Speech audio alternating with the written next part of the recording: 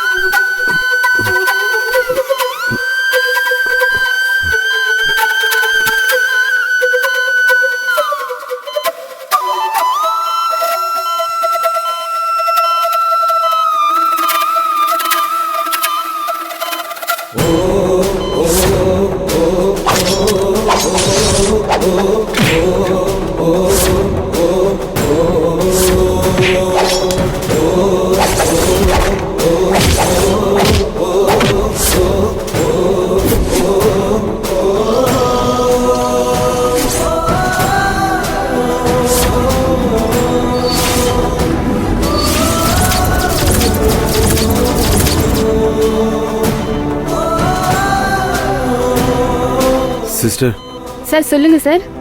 என் குடும்பத்துல இருக்கிறவங்க வந்திருக்காங்களா? சார் வந்திருக்காங்க. ஐசியூக்கு வெளியில தான் வெயிட் பண்றாங்க. வர சொல்லவா? ஆமா சிஸ்டர். இதோ வர சொல்றேன் சார்.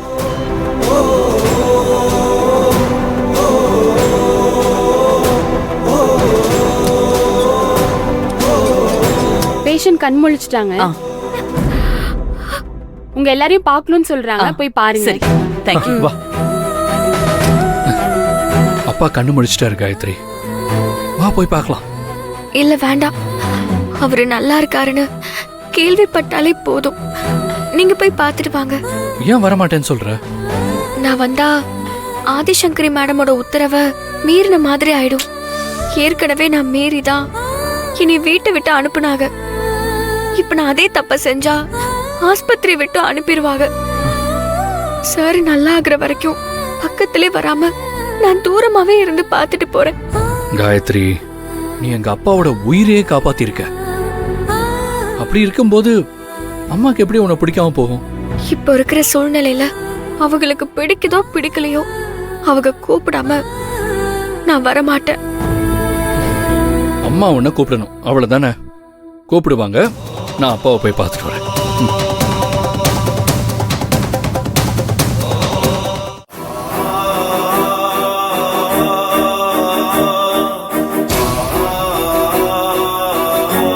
என்னங்க இதெல்லாம்?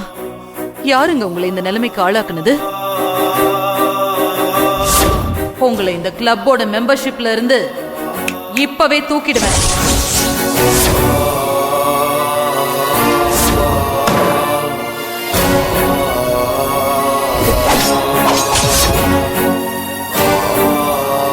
ஏங்க, கத்தியால குத்துனவங்கள நீங்க பாத்தீங்களா? அவங்க யாருன்னு உங்களுக்கு அடையாளம் தெரியுமா? இல்ல, அவங்க மாஸ்க் போட்டுட்டு இருந்ததுனால யாரையும் அடையாளம் பார்க்க முடியல. மாஸ்க் போட்டு வந்தா அடையாளம் கண்டுபிடிக்க முடியாதுன்னு நினைச்சிட்டு இருக்காங்க. இன்னும் 24 மணி நேரத்துல வந்தவங்க யாரு, அவனுங்களை அனுப்புனது யாருன்னு என்னால கண்டுபிடிக்க முடியும். கண்டுபிடிக்கிறேன். யாரையும் சும்மா விட மாட்டேன். இதுல கண்டுபிடிக்கிறதுக்கு என்ன இருக்கு? வந்தவங்க ராஜேஸ்வரி அனுப்புன ஆளுங்க தான்.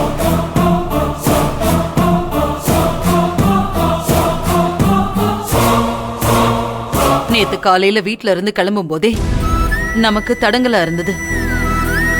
அதை மீறி நாம கோயிலுக்கு போனோம். அங்கேயும் அபசகுணமா சில காரியங்கள் நடந்தது. ஏதோ தப்பு நடக்க போகுதுன்னு தெய்வம் நமக்கு உணர்த்துதுன்னு நாம கிளம்பி வீட்டுக்கு போயிருக்கணும். அதை விட்டுட்டு நாம கிளப்புக்கு போனது தாங்க பெரிய தப்பு. என்னால தானங்க உங்களுக்கு இவ்வளவு பெரிய பிரச்சனை. என்ன மன்னிச்சிருங்க. அதான் எந்த பிரச்சனையும் இல்லாம நல்லபடியா நான் பொழைச்சு வந்துட்டேனே. வருத்தப்படாத ஆதிசங்கரே. எப்படிங்க வருத்தப்படாம இருக்க முடியும்? உங்க மேல கை வைக்கிறதுக்கு முன்னாடி அந்த ராஜேஸ்வரி யோசிச்சிருக்கணும். அவ யோசிக்காம கை வச்சுட்டா. ஏண்டா கை வச்சோன்னு நிச்சயமா அவ ஃபீல் பண்ணுவா. விடமாட்டேங்க. அண்ணி, முதல்ல அண்ணன் குணமாகி வீட்டுக்கு வரட்டும், மத்ததெல்லாம் அப்புறம் பாத்துக்கலாம்.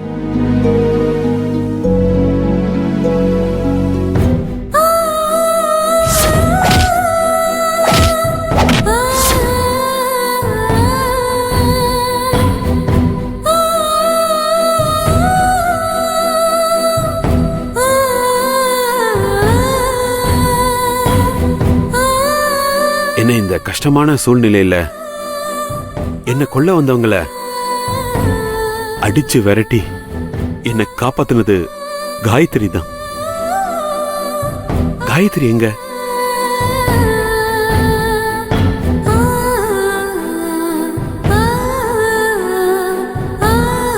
அவளை நான் பார்க்கணும். அவளுக்கு நான் நன்றி சொல்லணும். அம்மா, காயத்ரிய நீங்க வீட்டை விட்டு வெளியே போக சொன்னதுனால உங்க பேச்ச மீறி இங்க வர முடியாம காயத்ரி வெளியிலே நிக்கிறா. நீங்க வர சொன்னா கண்டிப்பா உள்ள வருவாமா.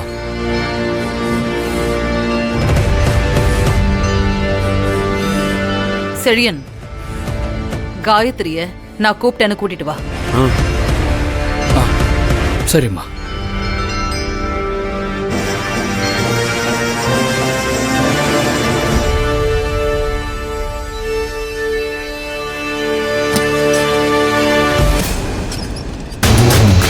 ரேஷ்மா, அந்த காயத்ரி இந்த குடும்பத்துக்கு பண்ணது சாதாரண உதவி இல்ல. அவ செஞ்ச உதவிக்கு அவளுக்கு ராஜ மரியாதை கொடுப்பாங்க பாரு. மம்மி, பேசுறதுக்கெல்லாம் நேரமே இல்ல. அவளுக்கு எந்த மரியாதையும் கிடைக்கூடாது. இனி அவ நம்ம வீட்டுக்குள்ள காலடி எடுத்தே வைக்க கூடாது. செழியன் காயத்ரியை பார்த்து வீட்டுக்கு கூட்டிட்டு வர்றதுக்குள்ள நாம அவளை பார்த்து நம்ம இருக்கிற பக்கமே வராதபடி எதையாவது பண்ணி விரட்டி விடணும்.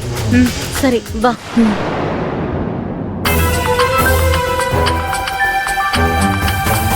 அக்கா, நீங்க பேசிக்கிட்டு இருங்க. ஒரு முக்கியமான கால், நான் பேசிட்டு வந்துடுறேன். ஹலோ. எஸ். சொல்லுங்க. என் வாழ்க்கை முடிஞ்சு போச்சுன்னு நான் நினைச்சேன். உயிருக்கு ஆபத்தான நிலைமையில ஸ்ட்ரெச்சர்ல என்ன கூட்டிட்டு வந்தாங்க. அப்போ அந்த காயத்ரிக்கு பின்னால என் நண்பன் மாணிக்கம் அழுதுகிட்டே ஓடி வந்த மாதிரி இருந்தது. என் நிலைமையை கேள்விப்பட்டு அவன் என்ன தேடி இங்க வந்தானா? அவர் எப்படிங்க இங்க வருவாரு? யாரையோ பார்த்து நீங்க அவருன்னு நினைச்சிருப்பீங்க. இருக்கலாம். நாம அவனை அடிச்சு விரட்டினதுக்கு அப்புறம் எப்படி அவன் நம்மளை பார்க்க வருவான்? ஆமா, அந்த நேரத்துல காயத்ரி எப்படி அங்க வந்தா? நான் தான் காயத்ரிய வேலையை விட்டு தூக்கிட்டேன். என்ன சொல்ற? அவளை நான் வீட்டுக்குள்ள வரக்கூடாதுன்னு சொல்லியும் அவ நமக்கே தெரியாம கெஸ்ட் வந்திருந்தப்போ வீட்டுக்குள்ள என் உத்தரவையும் மீறி வந்து அவதாங்க சமைச்சிருக்கா.